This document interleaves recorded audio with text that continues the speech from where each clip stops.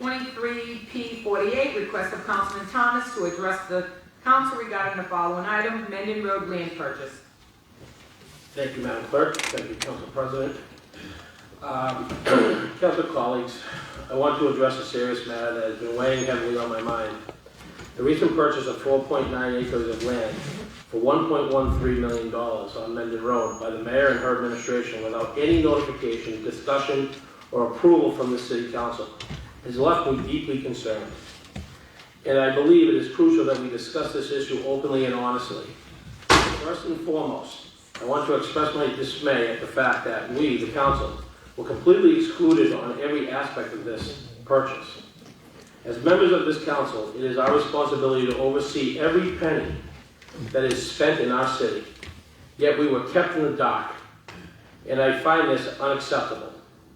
This is not the first time that Mayor Baldelli-Hunt has displayed a willful and complete disregard for our role as decision makers. The previous council faced similar challenges, with the mayor regularly ignoring the City Council's authority in creating and implementing city laws. This pattern of behavior is troubling to me, and it raises serious questions about the transparency and accountability of our local government. And as elected officials, I resent being put in the position where our integrity and transparency is called into question. What is particularly disconcerting is that we were not made aware of the transaction until it was already completed. According to our city charter, all purchases or contracts in excess of $100,000 shall not be awarded until approved by resolution of this council. That did not happen. Our city charter also requires the city solicitor to approve in writing all contracts. That too did not happen. Lastly, the charter lays out the mayor's duties are as follows. Chapter 4, Section 3, duties enumerated. I'll just go through a couple. To see that the laws and ordinances are enforced, that's A. C, to keep the council informed at all times, that's C. And D, to recommend to the council such measures as he or she may consider necessary or expedient. I won't get into the rest of them. This unauthorized $1.13 million land purchase is clear and blatant violation of these charter provisions. This is not a mere misstep. The fact that the funds are in the process of being returned does not make this problem go away. If someone robs a bank and returns the money 2 weeks later, guess what? They still robbed the bank. How can we fulfill our duties as council members if we are not even informed of the major decisions, particularly those involving expenditure of over $1 million of public funds? Furthermore, this transaction was initiated when our current council was not even seated. This lack of communication and inclusion is deeply troubling to me. We have been diligently serving on this council for 11 months, and not once did Mayor Baldelli-Hunt, Director DeBrois, or Director Johnston inform us about this impending purchase. The lack of transparency undermines our ability to effectively govern and represent our constituents. I must also highlight the fact that no appraisal or environmental analysis was provided. This is a blatant disregard to due diligence and proper protocol. We have a responsibility to thoroughly assess the impact value of such transactions. And the absence of this crucial information is simply unacceptable.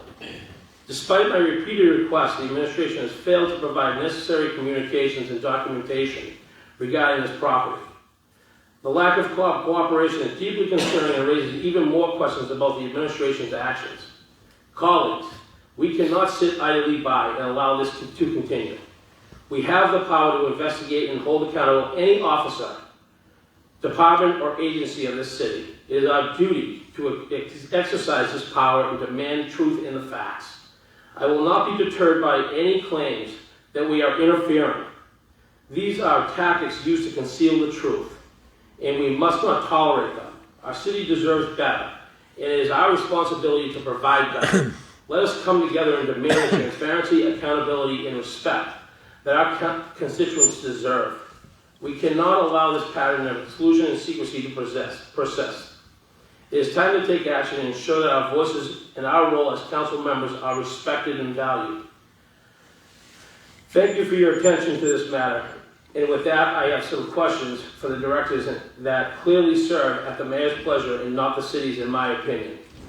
If I could ask a few questions to the directors, Council President. You may proceed.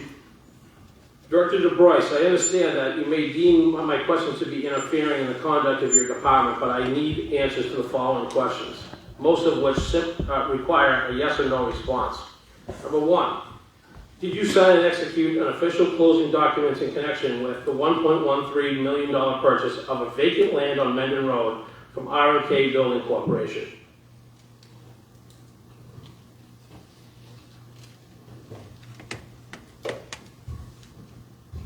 Councilman, I will answer that Wednesday night for you. Okay. Did you communicate to the city's closing attorney that you had all the necessary approvals and authorities to enter into the transaction? Again, I'll answer that Wednesday night for you. Are you aware that the city charter provision that requires the city solicitor to review and approve in writing all contracts? Again, I will discuss this Wednesday night. Interesting. I guess I'll move on and I'll wait till Wednesday to ask these questions. I find that very interesting though. I'll move on to Director Johnson for the same questions. As Finance Director, do you understand that pursuant to the city charter, you are responsible for supervising and being responsible for the disbursement of all monies and having control over all expenditures? We can have the discussion at Wednesday's meeting. As the Finance Director, do you understand that the pursuant to the city charter, is your responsibility to audit and approve before payment all bills, invoices, and payrolls, and other evidence, claims, demands, or charges against the city or the city department or agency, and determine their regularity and legality and correctness? Wednesday? Okay, so again, I will ask these questions Wednesday, Council President, but it just leads me to believe, in this particular instance, these are public questions that the public wants answers to. And I'll leave it at that. And so, I'll ask the solicitor a question. Were you aware of this transaction before Saturday, October 21st? The fact that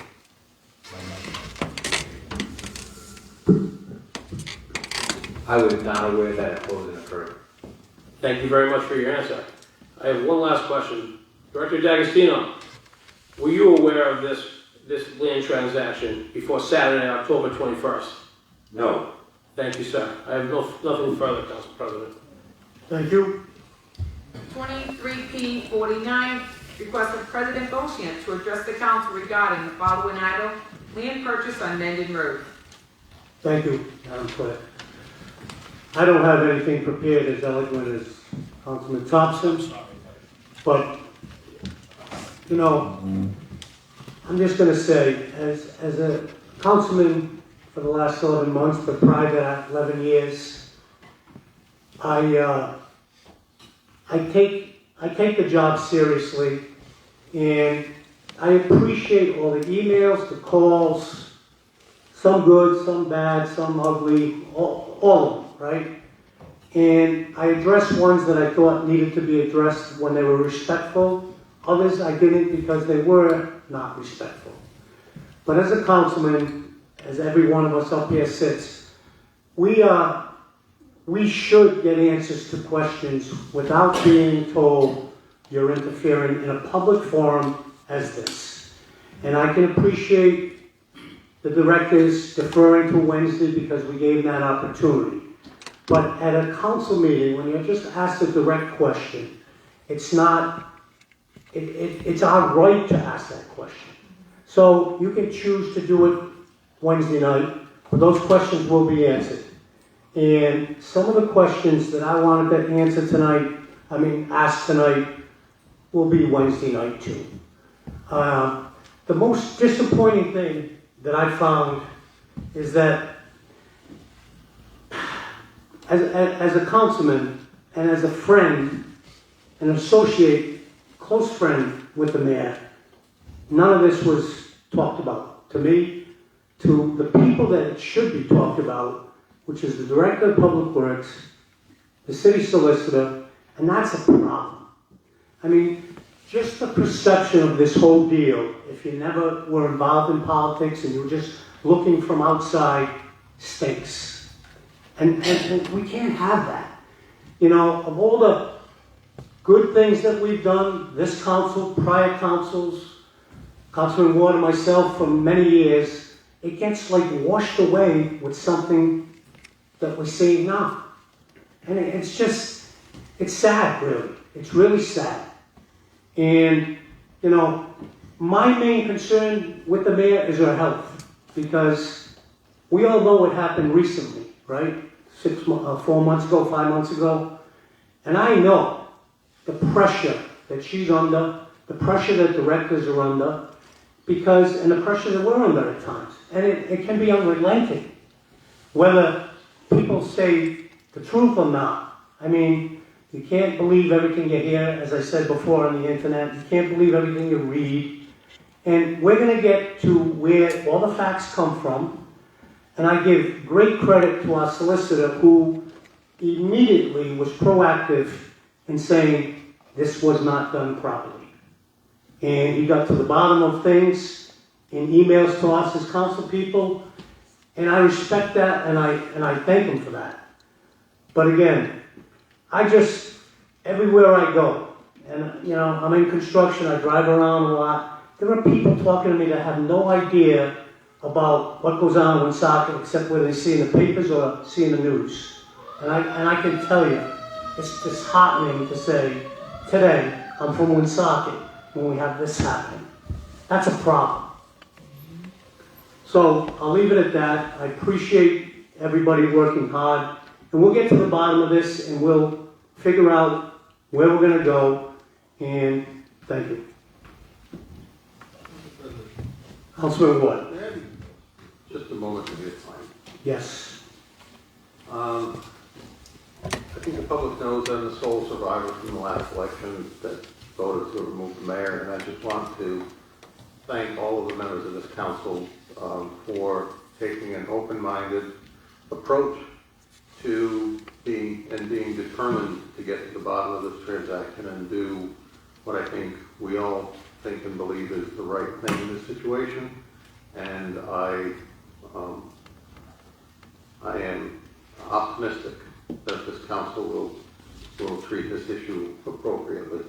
And thank you all for having the strength to put up with what we have to go through. Thank you. Council President, Councilman Mansur. I have a question for the solicitor.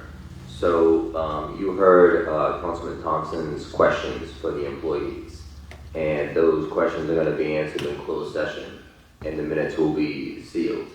However, are you saying that the answers that come out of that session are not going to be made public in a hearing or in another format? I mean, I'm not understanding the point of the executive session.